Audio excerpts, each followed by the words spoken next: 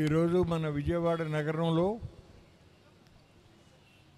వక్ఫ్ amendment బిల్లును వ్యతిరేకిస్తూ ఆ సవరణ బిల్లును ఉపసంహరించవలసిన ఆవశ్యకత ఉంది అని చెప్పి ఇక్కడ ఈ ధర్నా కార్యక్రమాన్ని ఏర్పాటు చేసిన పెద్దలకి అందరికీ, అట్లాగే వేదిక మీద ఉన్నటువంటి పెద్దలకు, వేదిక ముందు ఉన్నటువంటి సోదరులందరికీ కూడా ముందుగా హృదయపూర్వకమైనటువంటి నమస్కారం.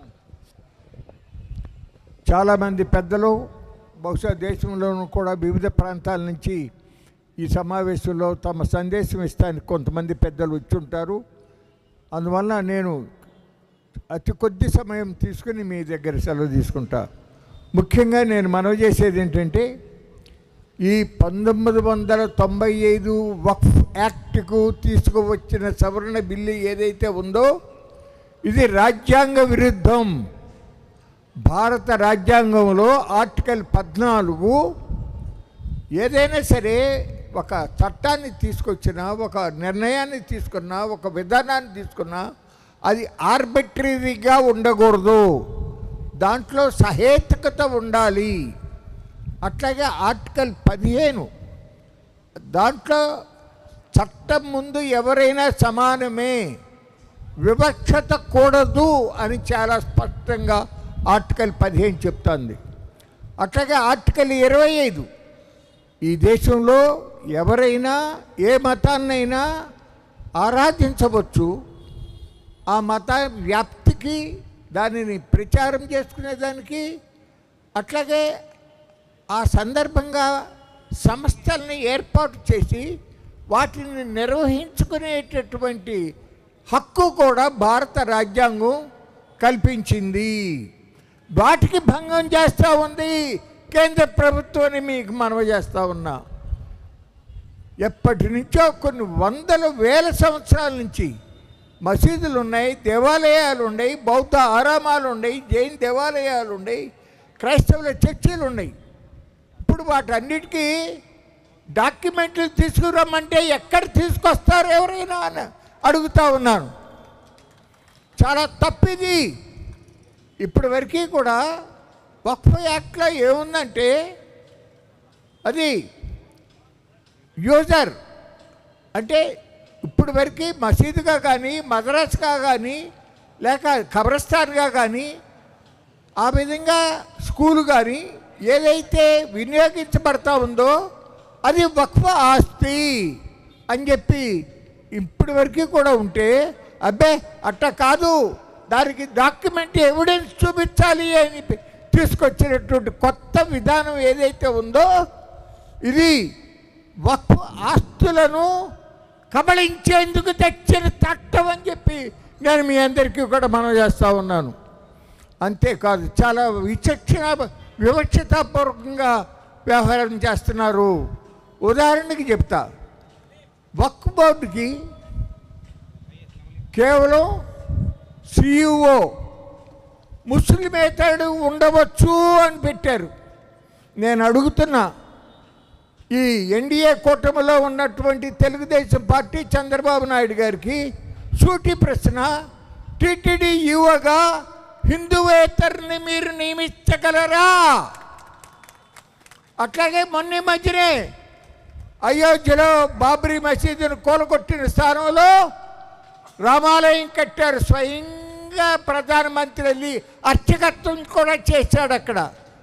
నేను మోడీ గారిని అడుగుతున్నా, అయోధ్య రామాలయానికి CEO నాన్ హిందువుని ఎవరినన్నా మీరు నియమించగలరా? ఎందుకు ఈ రకంగా చేస్తారని చెప్పి నేను అడుగుతూ ఉన్నాను. అంతేకాదు ఇప్పటి వరకు కూడా ఆ లోగడ 97 చట్టం అంతకుముందు కూడా ఉండాటిల్లో చిన్న చిన్న లోపాలు ఉంటే ఆ వక్ఫ్ ఆస్తుల్ని రక్షించడానికి, సమర్థవంతంగా నిర్వహించడానికి 95 చట్టం తెచ్చారు. ఆల్రెడీ ఉంది.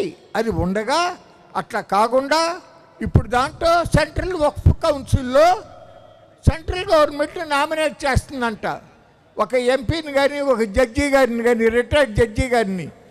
అతను ముస్లిమేతరుడు అయ్యి ఉండవచ్చు, ముస్లిం అయి ఉండాలని లేదు. చట్టంలోనేమో 95 చట్టంలో అందరూ ముస్లింలు ఉండాలని పెడితే అది తీసిపారేసేసి ముస్లిమేతరులను ఇద్దరిని పెట్టేదానికి ఆస్కారం కల్పిస్తూ ఉన్నారు. ఇక రాష్ట్ర వక్ఫ్ బోర్డులు అయితే మరీ ఘోరం.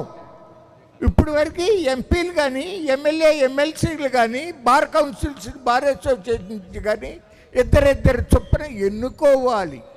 ప్రజాస్వామ్య పద్ధతిలో ఎవరు మంచివాళ్ళు అనేది ముస్లిం సమాజం ఆలోచించుకుని ఎన్నుకుంటుంది.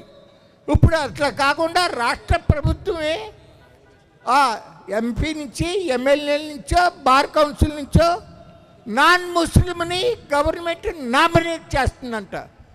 ఇవన్నీ చూస్తే కావాలని కట్టగట్టి ఈ వ్యక్తిత్వంగా స్వతంత్రంగా వ్యవహరిస్తూ ఉన్నటువంటి వక్ఫ్ బోర్డులు కానీ వక్ఫ్ కౌన్సిల్ కానీ నిర్వీర్యం చేసి ఆ ముస్లింలకు ఉన్నటువంటి దీన్ని లాగేసుకోవాలనే ఆలోచన. అసలు మీరు ఆశ్చర్యపోతారండి. ఉదాహరణకి ఇప్పుడు సుభాన్ గారు ఉన్నాడు, లేకపోతే మన రఫీక్ గారు ఉన్నాడు. ఒక పేద ముస్లిం పిల్లలకి రూపాయి ఫీజు లేకుండా ఒక స్కూల్ నడుపుతున్నాడని అనుకున్నాం. నాబోటాడు ఎవడో ముస్లిం కాని వ్యక్తి మంచి పని చేస్తున్నారు వీళ్ళు, మనం కూడా ఏదో కొంచెం సహాయం చేద్దామని ఏదైనా ఇద్దామని అనుకుంటే ఇస్తారు. వీళ్ళేదో నువ్వు 5 సంవత్సరాల నుంచి ఇస్లాం మతాన్ని పాటించి ఉంటేనే నువ్వు వక్ఫిస్తారు కాదు ధర్మం చేయటానికి అవకాశం ఉంటుందని చెప్పి పెడతామంటే ఇంతకన్నా తొక్కలెక్క నిర్ణయం ఇంకోటి ఉందా అని నేను అడుగుతూ ఉన్నా. అందువల్ల వీటన్నిటిని దృష్టిలో పెట్టుకుని ఖచ్చితంగా దీని మీద పోరాటం చేయాల్సిందే. ఒక బిల్లుతో పాటుగా ఈనాడు ఉత్తర భారతదేశంలో అనేక రాష్ట్రాల్లో బుల్డోజర్లతో కోలు కొడుతున్నారు, మసీదులు కొడుతున్నారు, పేద ముస్లింల యొక్క షాపులు ధ్వంసం చేస్తున్నారు, ఇళ్ళు ధ్వంసం చేస్తున్నారు. సుప్రీంకోర్టు చెప్పినా లెక్కలేదు. చాలా దుర్మార్గంగా ఉంది. తప్పనిసరిగా మేలుకోవాలి, సంఘటిత పడాలి, పోరాటం చేయాలి. అందువల్ల వాళ్ళు నేను మీకు మనవి చేసే ఒక్క మాట చెప్తున్నా. ఇస్లాం మతంలో అల్లా గారు ఈ పవిత్ర రంజాన్ మతం ఉపవాసాల సమయంలో చాలా ఇస్లాం మతంలో ఏ మాత్రం కూడా ప్రజలలో విభేదాలు లేకుండా అందరూ సమానమే, సోదరభావంతో ఉండాలి. కలిగిన వాళ్ళు 2.5% తమ యొక్క ఆదాయాన్ని పేదవాళ్ళకి ఇవ్వాలి, పేదవాళ్ళకి ఆహారం కల్పించాలి, పేదవాళ్ళకి సహాయం చేయాలి అని చెప్పి ఎంతో చక్కని ధర్మాన్ని బోధించిందండి. అది జనంలోకి తీసుకెళ్ళాలి. మీ ముస్లింలోకే కాదు హిందువుల్లోకి కూడా తీసుకువెళ్లాల్సిన అవసరం ఉంది.